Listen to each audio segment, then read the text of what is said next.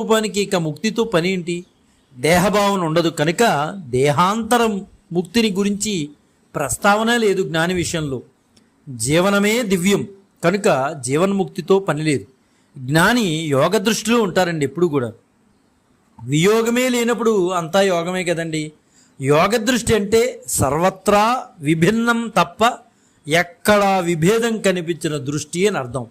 తాను శాశ్వతమైన సర్వత్రా నిండిన వస్తువుగా గుర్తించిన యోగ దృష్టికి మృతం లేదండి. అందుకే యోగి మనస్సు ఎప్పుడు కూడా అమృతంగా ఆహ్లాదంగా ఉంటుంది. అట్టి స్థితి కావాల్సింది కోల్పోయేది ఏదీ ఉండదండి. అట్టి స్థితికి కొరత లేని చోట కోరిక ఉండదు కనుక లాభాన్ని ప్రయోజనాన్ని ఆపేక్షించడం అనేది ఉండదు కదండి. ఏదో కోల్పోయాన్ని దుఃఖించడం కూడా ఉండదు. ఈ సృష్టి సూత్రం తెలిస్తే